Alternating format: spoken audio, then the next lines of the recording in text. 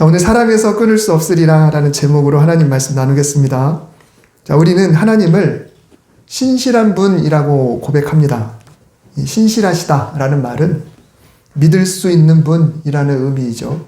하나님은 참 믿을 만한 분이셔.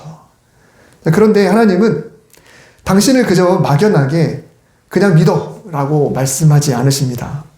나름대로 원칙을 정하시고요. 그 원칙을 근거로 해서 믿으라고 말씀하세요. 하나님은 그 원칙을 성경 속에 다 담아 놓으셨습니다.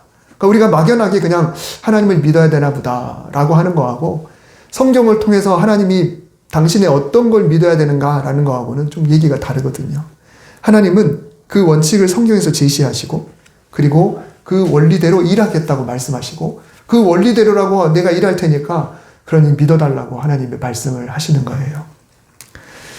제가 언젠가도 말씀드렸듯이 가끔 이런 말을 쓰곤 합니다. 기계는 정직하다. 기계는 정직하다. 특히 전자제품 같은 거. 이상하다. 내가 그렇게 안 했는데 왜 이렇게 됐는지 모르겠다 라고 말하는 경우가 있는데 분명히 제대로 했다라고 생각했지만 그래도 결과적으로 놓고 보면 기계는 정직합니다. 내가 실수를 했어요. 그러면서도 내가 잘못했겠거니 생각하면서 하나하나 점검을 해보다 보면 역시 내 실수가 맞네. 내가 틀리면 틀렸지 기계는 웬만하면 오작동하지 않습니다. 오작동 만약에 잦다 그러면 우리는 믿고 쓸 수가 없죠. 여러분 계산기에 숫자를 입력하면서 의심하면서 하시는 분 계세요? 1 더하기 2는 진짜 3일까? 옆에다 막 써보고 이런 분 계세요? 12만 3천 더하기 몇 할 때 직접 이렇게 해보지 않죠. 그냥 두드리면서 이건 당연히 결과가 나오는 거고 혹시 한 번, 두 번 했는데 결과가 다르면 둘 중에 하나가 내가 틀렸겠거니 하고 세 번째 해봤을 때 똑같은 게 나오면 그게 정답이 되는 거죠. 우리는 계산기를 절대 의심하지 않습니다. 혹 틀리면 내가 잘못 입력했거니 라고 생각하면서 다시 눌러보게 되죠. 계산기는 정확합니다. 우리가 하나님을 신실하신 분이라고 말할 때 그 믿음은 과연 어떨까요? 하나님은 믿을 만하다. 하나님은 정확하다. 기계는 정직하다. 하나님은 정확하다. 여러분 둘 중에 어떤 걸 더 믿으십니까? 둘 중에 어떤 걸 믿으세요? 우리니까 솔직히 네, 하나님을 믿어야 되는데 사실 우리는 기계는 의심을 전혀 안 하고 믿지만 하나님에 대해서는 그렇지 않을 때가 있습니다. 하나님을 향한 믿음보다 어떤 기계에 대한 믿음이 더 강할 때가 있죠. 우리가 하나님을 신실하신 분이라고 고백할 때는 그저 자기 체면을 하라는 말이 아닙니다. 그래, 하나님이 신실하죠. 하나님은 신실하죠. 이게 아니고 하나님은 그냥 신실하다, 그냥 믿어 이렇게 말씀하시는 분이 아닙니다. 물론 우리가 스스로에게 계속 그래, 하나님 믿을 만한 분이셔. 하나님 믿을 만한 분이셔. 이렇게 하는 것도 도움은 됩니다. 그러나 하나님은 성경 말씀을 늘 근거로 하셔서 그 말씀을 읽고 묵상하고 그리고 마음에 받아들이고 입으로 선포하고 기도로 토해대면서 그 믿음을 계속해서 굳건하게 하기를 원하십니다. 그것을 마치 공식처럼 우리에게 주신 거예요.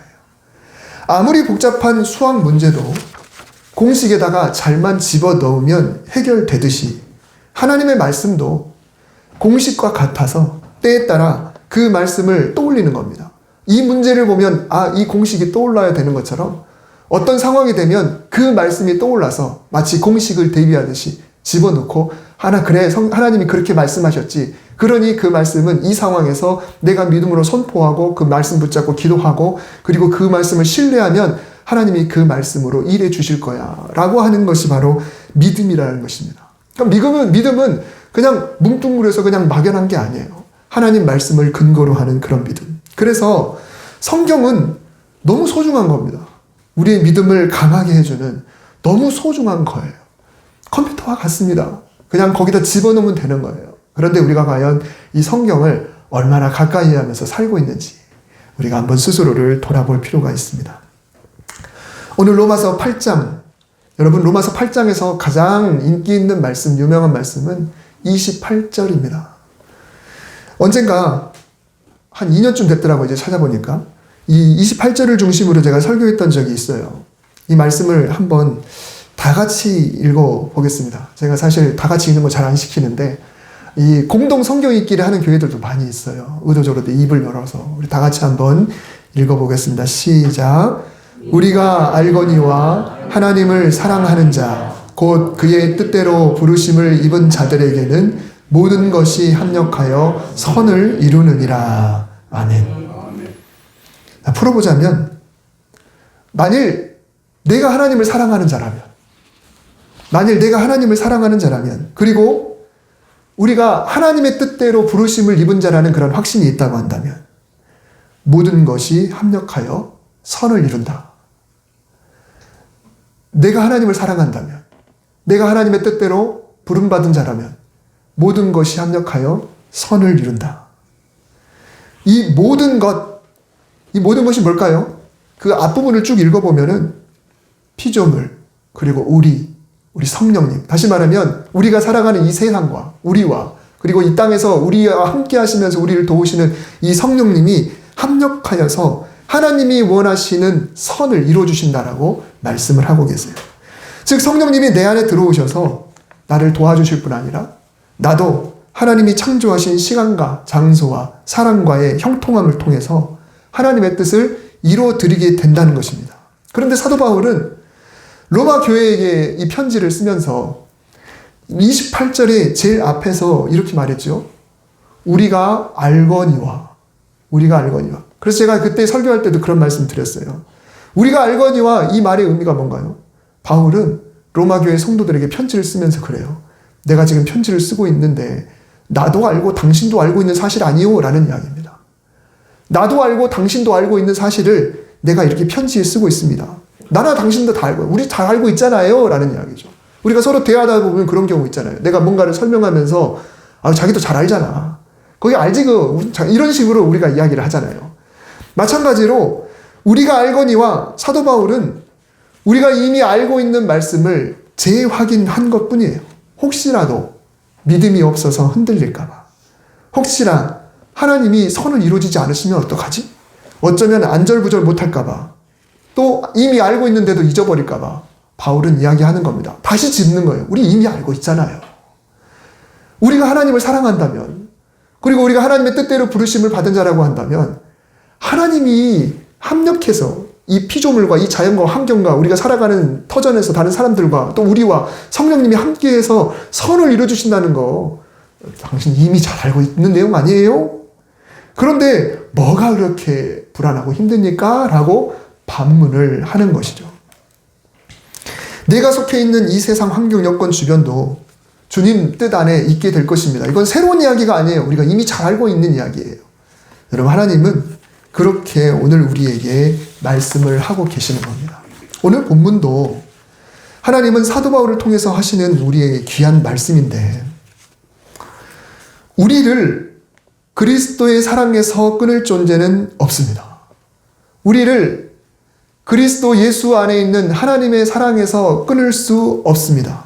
누구도 못하고 아무것도 못합니다. 여기서 끊는다는 단어는 원어로 볼 때 사람이 사망해서 육체와 영혼이 완전히 분리되는 상태, 그 단어가 그런 뜻이에요. 끊는다. 그러면 육신과 영혼이 떨어졌으니까 이건 붙을 수가 없지 않습니까? 완벽한 단절이죠. 그런 것처럼 하나님과 우리의 사이, 하나님의 사랑과 우리 사이, 그리스도의 사랑과 우리 사이를 끊을 수 있는 존재는 전혀 없다. 아무도 없고 무엇도 없다. 어떤 환경도 없다라고 말씀하시는 겁니다. 그런데도 우리가 때로는 예수님께서 나를 정말 사랑하시는가 의심하기도 하죠. 하나님이 정말 나를 사랑하시는가 의심하기도 하죠. 그래서 이 사도 바울도 오늘 본문에서 하나님의 사랑, 그리스도의 사랑에서 나를 끊어지게 만들 만한, 다시 말하면 하나님 나를 사랑하지 않는 거 아니야? 라고 생각하게 할 만한 그런 이유들을 쭉 나열한 거예요. 쭉 나열. 35절부터 쭉 나열합니다. 만일 그리스도께서 나를 사랑하신다면 이럴 수는 없지 않는가? 라고 생각하게 할 만한 것들을 쭉 나열해 놓은 겁니다. 이 중에서 혹시 내가 겪고 있는 것은 없는지 한번 생각해 보았으면 좋겠습니다. 그래서 혹시라도 내 믿음이 흔들리거나 내 신앙생활이 꺾여 있지는 않는지 오늘 한번 점검해 보았으면 좋겠습니다. 역으로 말하면 이런 항목들조차도 그리스도의 사랑과 하나님의 사랑과 우리 사이를 절대로 끊을 수 없다라고 오늘 새로운 공식을 또 하나님이 우리에게 주시는 겁니다. 환난이나 곤고나 박해나 기근이나 적신이나 위험이나 칼이랴. 여러분, 환난은 우리가 잘 아는 단어죠. 곤고는 뭘까요? 곤고는 사방으로부터 압박감이 심해서 심적으로 쪼그라들어서 나밖에 없다라는 극심한 외로움의 상태가 곤고입니다. 박해는 우리가 설명하지 않아도 될 것 같고요. 그리고 기근은 가난, 그리고 굶주림을 말합니다. 적신은 아무것도 없는 거. 적신은 태어날 때 그냥 맨몸으로 나온 그걸 표현하는 거죠. 가난뿐만 아니라 사회적으로 완전하게 소외된 외톨이. 내 편이 하나도 없음. 나에게 관심 갖는 사람이 하나도 없는 정말 왕따와 같은 그런 게 바로 적신입니다. 또 위험, 그리고 심지어 칼.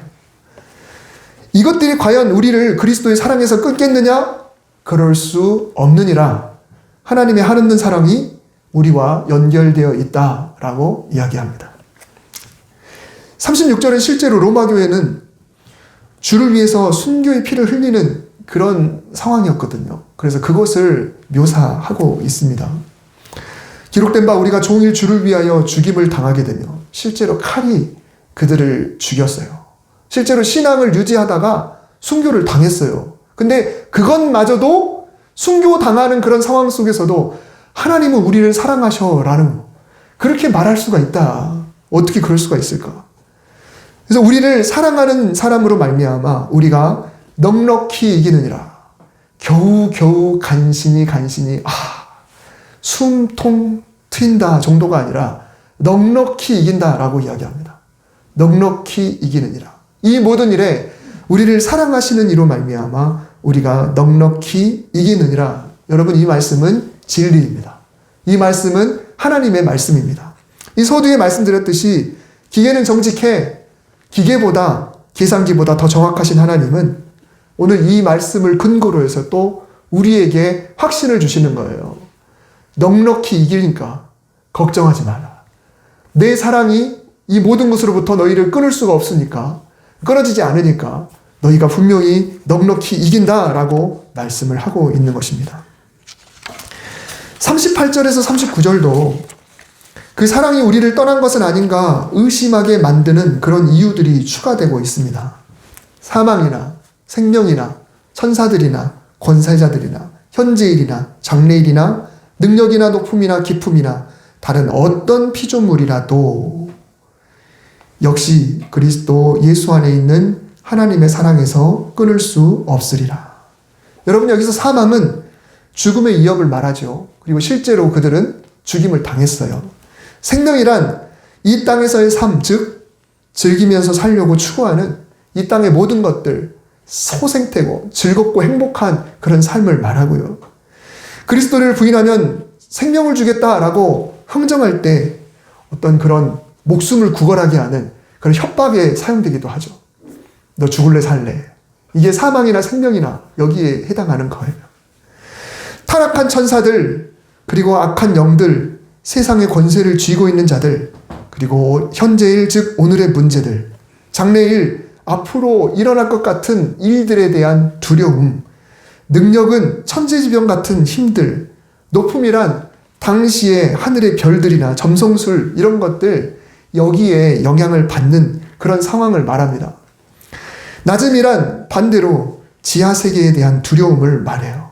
여러분, 헬라 문화권에서 그리스도인들은 신화에 의해서 지배를 당하며 살고 있었습니다. 점성술과 무당들 이런 것에 지배를 당하고 살고 있었어요. 우리는 어떨까요? 우리는 하나님을 믿는 사람인데 우리는 그런데 지배 안 받고 살아갑니까? 아니요. 우리는 우리 종교 문화가 우리를 지배하고 있기 때문에 우리는 여전히 징크스라든가 부정탄다라든가 뭔가 오늘 불길하다라든가 이런 것들이 우리를 장악하고 있습니다. 그런 걸 우리를 장악하고 있어요. 우리가 기독교인임에도 불구하고 우리 여전히 그렇습니다. 여러분 아침에 갑자기 생각지도 않았는데 그릇이 깨졌다. 그러면 어떡하나요? 자녀 집에 전화해서 오늘 그릇 깨졌는데 오늘 좀 조심해. 운전할 때 조심하고. 부모의 마음이 그렇지 않습니까? 지갑을 줄 때는 거기에 돈을 넣어서 줘야 돼요. 돈을 안 주고 빈 지갑을 주면은 재물이 운이 없다고. 돈 10,000원짜리 하나라도 넣어서 줘야 그래야 잘 된다고. 이게 우리의 정서가 아닌가요?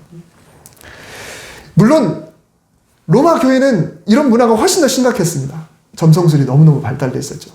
근데 우리도 보이지 않는 것에 지배를 당하면서 살아가고 있습니다. 그런데 여러분 그 어떤 것도 우리를 끊을 수 없습니다. 그 어떤 것도 하나님과 우리 사이를 끊을 수가 없어요. 이것은 하나님의 말씀이고 공식이 됩니다. 그래서 이 공식은 그대로 적용하면 돼요. 이런 일들을 겪거나 또 그렇게 말하는 사람과 대화하거나 또 그런 방송 프로그램을 시청하거나 요즘 그런 게 얼마나 많이 노출되어 있습니까?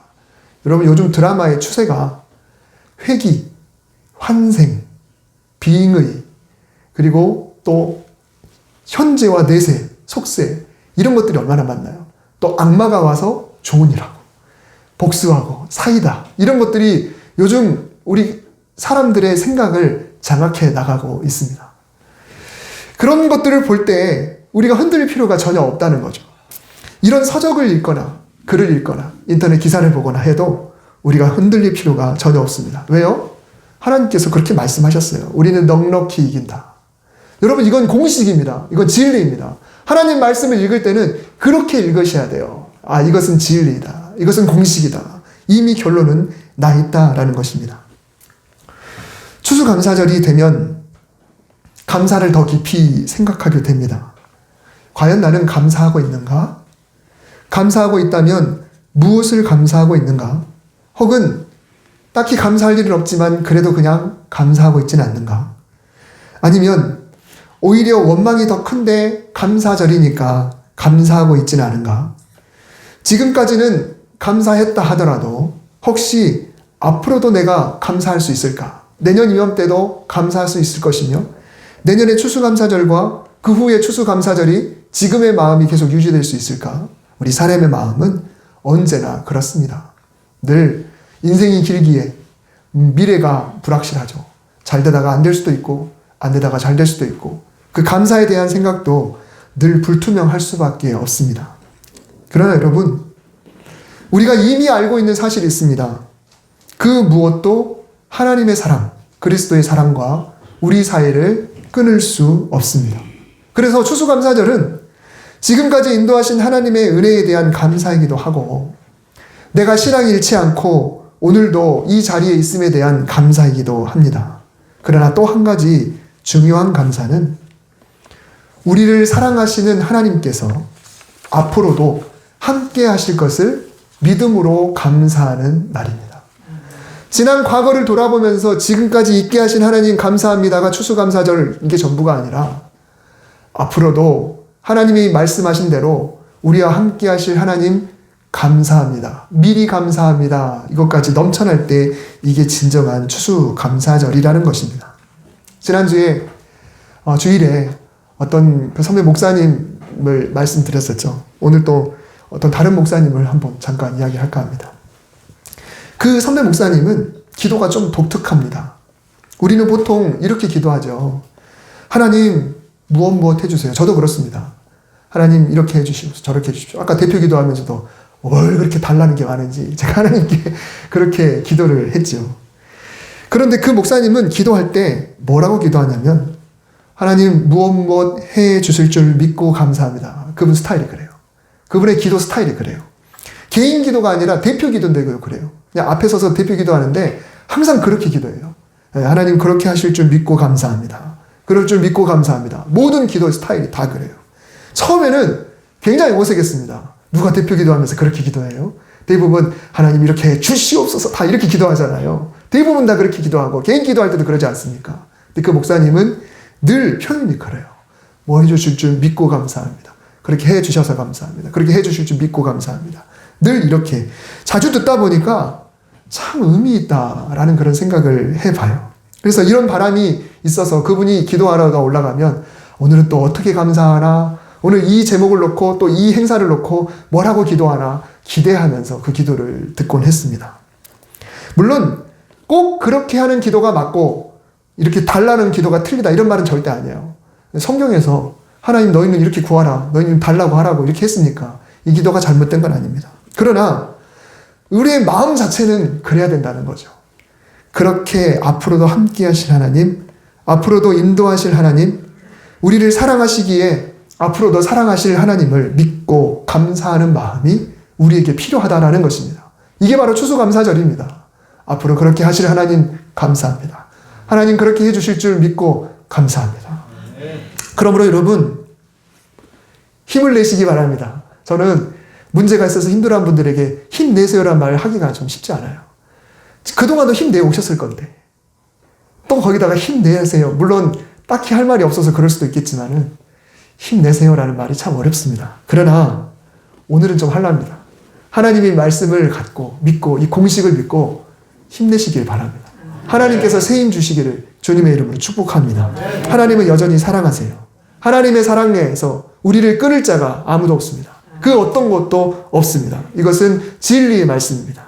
그래서 다윗은 시편 19편 7절에서 하나님 말씀이 그 공식이 어떤지를 선포했습니다. 여호와의 율법은 완전하다. 그래서 우리의 영혼을 죽어가는 영혼을 되살려 주신다. 여호와의 증거는 확실하다. 그래서 우리가 때로는 어리석을 때 우리에게 지혜를 주신다. 여호와의 교훈은 정직하다. 그래서 우리의 마음을 늘 기쁘게 한다. 여호와의 계명은 순결하다. 그래서 언제나 우리의 영의 눈을 밝게 해주셔서 봐야 할 거 보게 하고 보지 말아야 될 거는 안 보도록 해주신다. 그 먼 옛날 다윗이 하나님의 말씀을 마치 공식처럼 선포했어요. 말씀은 완전합니다. 하나님의 증거는 확실합니다. 하나님의 교훈은 정직합니다. 하나님의 계명은 깨끗합니다. 이게 공식이었어요. 그러니 우리가 하나님 말씀을 대할 때마다 이것을 공식으로 삼아서 그래 하나님 말씀은 확실해 틀릴 리가 없어 정확해 계산기보다 오류가 없을 거야 하나님 말씀은 너무너무 명확해 라고 생각하고 그 말씀을 우리가 접한다고 한다면 우리가 힘을 얻을 줄 믿습니다.